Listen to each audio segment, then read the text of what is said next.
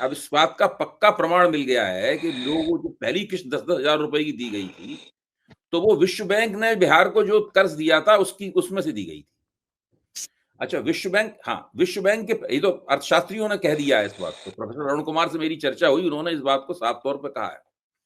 तो जब विश्व बैंक तो इसके लिए पैसा दिया नहीं होगा विश्व बैंक ने कि अब आप लोगों को 10-10 हज़ार रुपए देंगे स्वरोजगार के नाम पर। वो तो किसी योजना के नाम पर पैसा देता है और केंद्र सरकार उसकी गारंटी लेती है, तब वो विश्व बैंक किसी राज्य को कर्ज देता है। और उस पैसे को आप किसी दूसरे काम में नहीं लगा सकते। उस पैसे को दूसरे काम में तभी लगा सकते हैं जब केंद्र सरकार विश्व बैंक से उसकी इजाजत ले ले, विशेष इजाजत ले ले उसकी। इसका सीधा मतलब देखिए, ये हुआ, एक मिनट, उसका सीधा मतलब ये हुआ कि केंद्र सरकार ने विश्व बैंक से इसकी इजाजत लेकर बिहार सरकार को ये पैसे देने दिए। जी विश्व बैंक देखिए, के एक और इसका पहलू है। दूसरा पहलू यह है कि चुनाव आयोग ने फिर इन्होंने दोबारा जब आचार संहिता लागू थी तब उन्होंने दूसरी एक किश्त बांटी। सुना ये गया है कि चुनाव आयोग ने उनको लिखित इजाजत दी। चुनाव आयोग ने इसकी उन्हें लिखित इजाजत दी। तो क्या चुनाव आयोग इस तरह की लिखित इजाजत जरूरत पड़ने पे ममता बनर्जी को भी देगा कि आप आचार संहिता लगी हो उस वक्त आप इस तरह का धन का वितरण कर पाए? स्टालिन को भी देगा तमिलनाडु में? ये दोनों पहलू हैं। और अब तो ये कहा जा रहा है कि केंद्र सरकार ने चूंकि ये मान लिया है भाजपा ने कि अगली सरकार तो भाजपा की ही बननी है, चाहे वो 5 साल से पहले ही बन जाए या 5 साल के बाद बने बिहार में। इसलिए वो पूरी तरह केंद्र सरकार कोशिश करेगी कि भाजपा जो एनडीए सरकार है अपने सारे वायदे पूरे करे, जितने पैसे बांटने के वायदे किए हैं सब पैसे वो बांटे।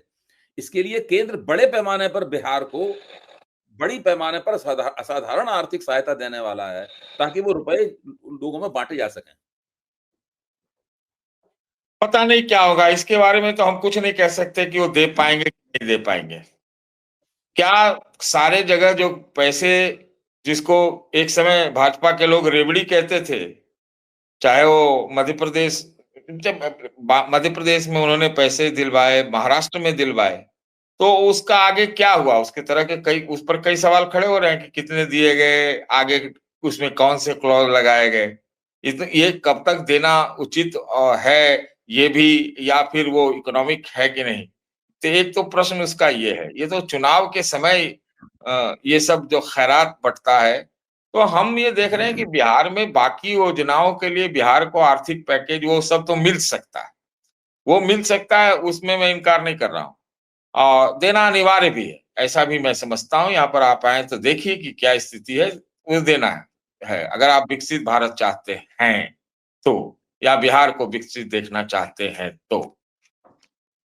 यहाँ पर सामाजिक न्याय की राजनीति जो अब तक चली है जातियों की, उससे आगे तो बढ़ना पड़ेगा। वो रहे, लेकिन साथ भी जो बाकी वाले जो पैमाने हैं डेवलपमेंट के, जो बाकी जगह आ रहे हैं, आ गए हैं बहुत जगह, वो उसका कुछ अंश तो बिहार में आए, तो वो एक पक्ष है। दूसरा पक्ष ये है कि बिहार में जो ये 2 लाख वाला योजना डाला गया है, दिया गया, जिसमें 10,000 रुपया दिया गया, चुनावों के बीच में डाला गया, तो वोटिंग से पहले डाला गया, मुझे नहीं लगता है कि ये इस योजना को पूरा कर पाएंगे। ये वन ऑफ, मेरे ख्याल से चुनाव के समय का ये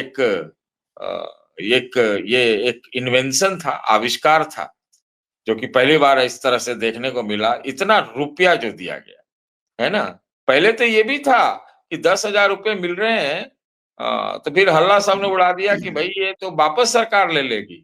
तो बीच में सुना है, मैं तस्दीक नहीं कर रहा हूँ, सुना है कि उसमें क्लॉज बदलवाया गया कि नहीं नहीं, ये तो लिया नहीं जाएगा वापस, इसमें तो अभी आपको 1,90,000 और दिया जाएगा, जो 10,000 गया है।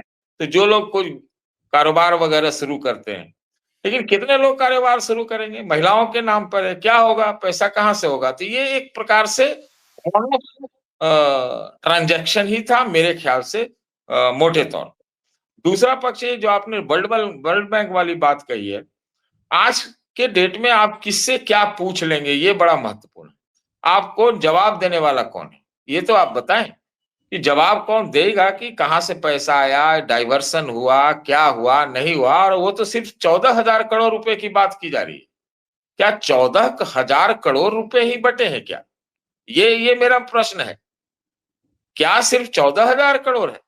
कितना है, क्या है ना? बिहार में तो हमको जो जो पता चला, हम बहुत तरकीब लगाए भाई कि ये तो चुनाव के बीच में इजाजत मिली, उसमें लिखित हुआ, सब कुछ हो गया, सब कुछ हो गया, जवाब मिलेगा नहीं।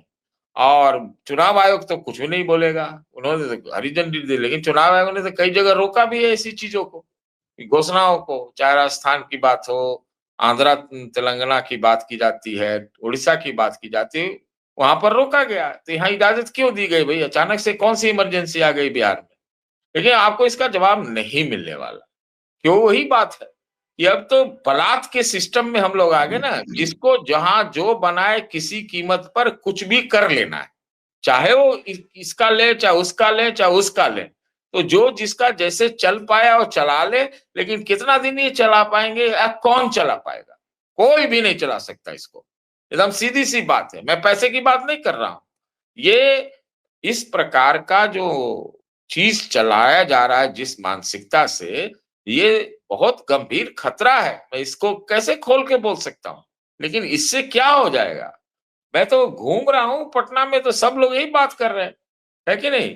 कि भाई दिया गया, किसको खराब लगता है? सबने ले भी लिया है। कितना लोग तो बता भी नहीं पा रहे हैं, कितना लोगों ने तो उसे छठ भी कर लिया, कितने लोगों ने तो कुछ कुछ कर लिया, और उनको एकदम पूरे तरह से जो है, तो वो अब कौन सा व्यापार शुरू कर लेंगे भाई? कब कैसे होगा, कौन इसकी योजना, ये सब कुछ नहीं है। तो जो ये आप कर रहे हैं, तो दूसरा भी यही करेगा, और दूसरा करते भी आए कुछ कुछ ऐसा, लेकिन थोड़ा सा उसका आवरण अलग था। ये तो एकदम बिल्कुल साफ साफ था कि भाई लो पैसे वोट दो। तो ये हमारा कहना है, कुछ नहीं पता चलेगा। अब इसी प्रकार से सब में होड़ होगी, इसलिए मैंने कहा कि जिसको जहां बन पाया वो ये काम कर लेगा। हो सकता है ममता बनर्जी के इस काम पे, अभी तो उस पे भी, बीएलओ वाले पे भी एक टकराव की होगी बात, और वो टकराव में जिसने ज्यादा जो बढ़िया से अपना पोजिशनिंग की, वो उसको मुद्दा बना के अपने पक्ष में कर लेगा। एक तो ये बात है। दूसरा कि ममता बनर्जी तो खुद से ही पहले से ही वो मदद के नाम पर, वेलफेयर के नाम पर, जिसको बहुत लोग रेवड़ी कहते थे, वो करती रही है। महिलाओं में भी उनकी योजना है, बहुत सारी है। तो वो आप क्या करिएगा? ये तो अच्छा है कि आपने बिहार में ऐसा कर दिया। तो बिहार में आपने सबको रास्ता दिखा दिया है। तो आप एक वो पहले देंगी, पैसे दिलवाएंगी लोगों को, और कुछ जानबूझ के उस ढंग से रखेंगे कि चुनाव आयोग से टकराव हो सकता है। तो चुनाव आयोग से टकराव होगा, और उसका वो प्रचार तंत्र में पूरा इस्तेमाल करेंगे कि देखो ये देने नहीं दिया, अगर रोका गया तो इस तरह से राजनीति होगी, और क्या। बिल्कुल आप उनसे देखिए एक चीज पक्का है, कि ममता बनर्जी और बीजेपी पोलराइज जरूर बंगाल को कर चुकी है, लेकिन ममता बनर्जी से इतना जल्दी टकरा भी जाना, ठीक है इस बार थोड़ा चुनौती होगा ममता बनर्जी के लिए, लेकिन ममता बनर्जी भी तो इसी सब की उस्ताद है।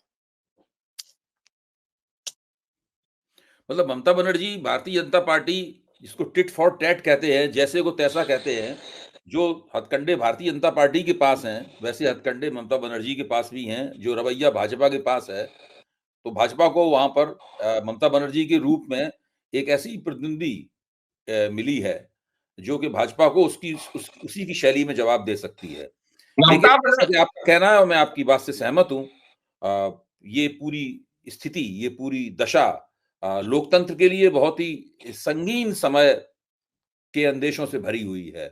इससे जी लोकतंत्र स्वस्थ नहीं हो रहा है, चाहे वो इस तरफ से हो, चाहे उस तरफ से हो, या प्रतियोगिता के जोश में दोनों तरफ से हो। ये जी बहुत ये बहुत मुश्किल समय है, और जिन संस्थाओं को तटस्थ तरह के काम करना चाहिए था, लोकतंत्र के प्रहरी के तौर पे काम करना चाहिए था, जैसे कि चुनाव आयोग, वो भी ऐसा नहीं कर रहा है। तो वैसे में हमारा लोकतंत्र कहाँ जाएगा? हम लोग किन गहराइयों में जाएगा? क्या किस दुर्दशा को प्राप्त करेगा? उसके ऊपर जैसे-जैसे घटनाक्रम आगे बढ़ेगा, हम लोग उसकी ऊपर निगाह रखेंगे और आपस में चर्चा करते रहेंगे। बहुत-बहुत धन्यवाद सतीश जी।